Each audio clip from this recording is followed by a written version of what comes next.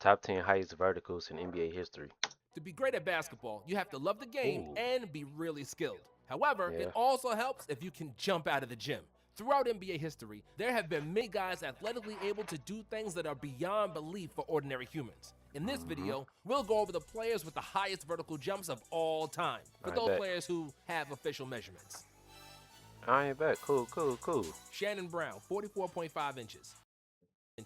When you can impress Kobe with your athletic ability, Oh yeah, you he are got the hops. definitely an above average leaper. Yeah. Shannon Brown's vertical is 44.5 inches, and even though he was a role player throughout his career, his athletic prowess was breathtaking. Hmm. Brown won 2 titles with the Lakers in 2009 and 2010, where he played the best basketball Hey. of his career. He also appeared in the 2010 dunk contest, but surprisingly couldn't get past the first round. Mm. Zion Williamson, 45 inches. Okay. It's unreal that a 285-pound man that's built like a tank can jump as high as Zion can. Ooh. Zion is like a Tesla Model S, an SUV that can win in a race against a sports car.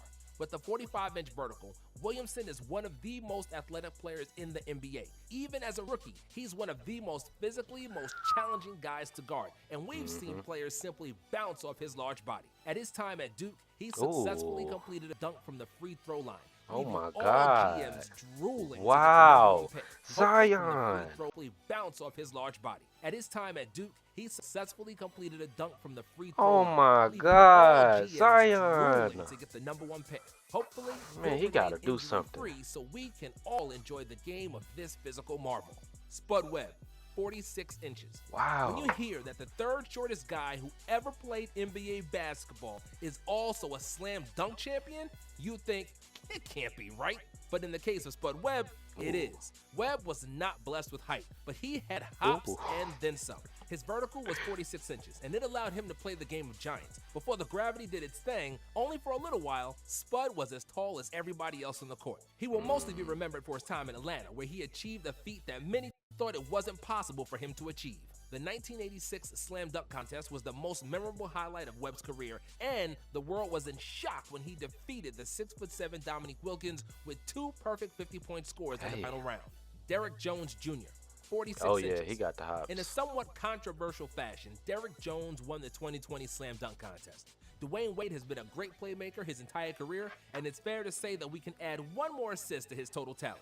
Nevertheless, even though Aaron Gordon deserved to win, so did Derrick Jones. His dunks were just as impressive, propelled by a 46-inch vertical leap. Ooh. When Jones Jr. elevates, it really feels like he is gliding through the air. And it's not just for the show, as he is probably the best in-game dunker in the NBA today. He's not the most important guy for the Miami Heat, averaging 9 points per game, Oh, this but old. he's certainly the most dazzling. Zach LaVine, 46 inches. While many of today's NBA players can dunk, not everybody can really fly like LaVine.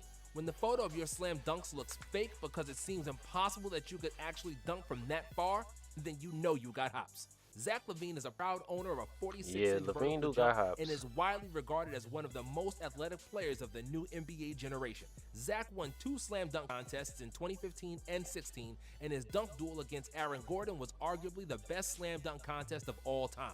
After he tore his ACL in 2017, it seemed like his jumping ability would be diminished, but he managed to return to his old athletic self. LaVine added a reliable jump shot as well and is playing the best basketball of his career, averaging over 25 points per game for the Bulls this year. James White, 46 inches.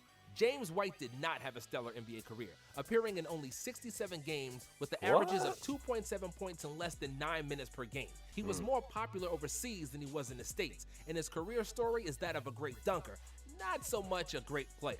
Nicknamed Flight, James White could really Dang. soar when he turned on the Jets. With the highest measured vertical of 46 Hey. inches, dunking was his specialty, and he was famous for various between-the-legs acrobatics. He appeared in many dunk contests in various leagues, including the 2013 NBA Dunk Contest as a member of the Knicks. He won an NBA championship with the Spurs in 2007, even Okay. though he didn't get a second of playing time in the playoffs.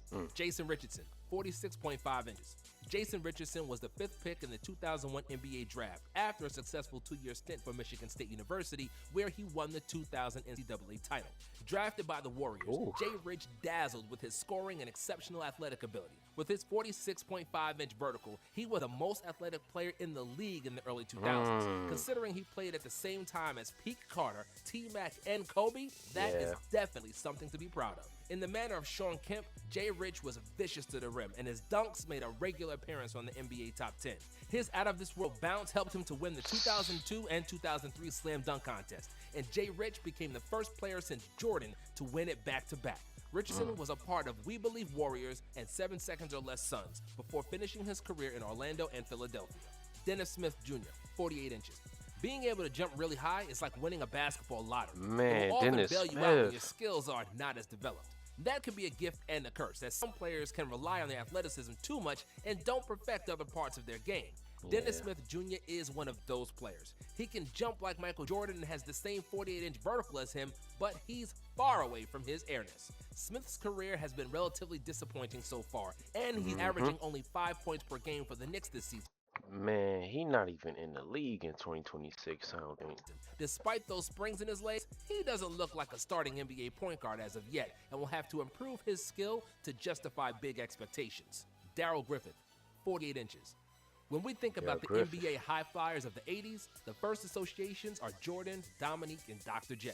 With the 48-inch vertical, Darrell Griffith's jumping ability was up to par or better than those players, even though his legacy is somewhat forgotten compared to them. Griffith was the best player for the University of Louisville that won the NCAA title in 1980. He won the Most Outstanding Player of the Final Four and the John Wooden Player of the Year award. Utah Jazz selected him with the second pick in the NBA draft, and Griffith was Rookie of the Year in 1981. His acrobatic jumping ability earned him the nickname Dr. Duncanstein, and together with Adrian Dantley, Griffith made one of the best scoring duos in the first half of the 80s. Apart from being a 20-point scorer and a great dunker, Griffith also led the league in three-point shooting for 2 years. However, 2 severe foot and knee injuries clipped his wings, and he wasn't Dr. Duncanstein no more.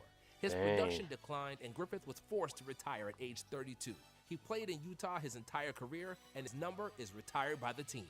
Michael Jordan, 48 inches. Michael Jordan was destined to be great at basketball. He had a perfect body for the sport, and his 48-inch vertical and huge hands set him apart from everybody else. Exceptional leaping ability allowed MJ to make dunks from the free throw line, and it seems that for him, the laws of gravity apply a bit less. Jordan That's crazy. was athletically miles away from every player of his era. While others were merely jumping, Jordan would take flight in his Air Jordans and remained airborne longer than any player we've seen before. Combined with his killer instinct and great basketball fundamentals, this created a narrative for Jordan to be the GOAT.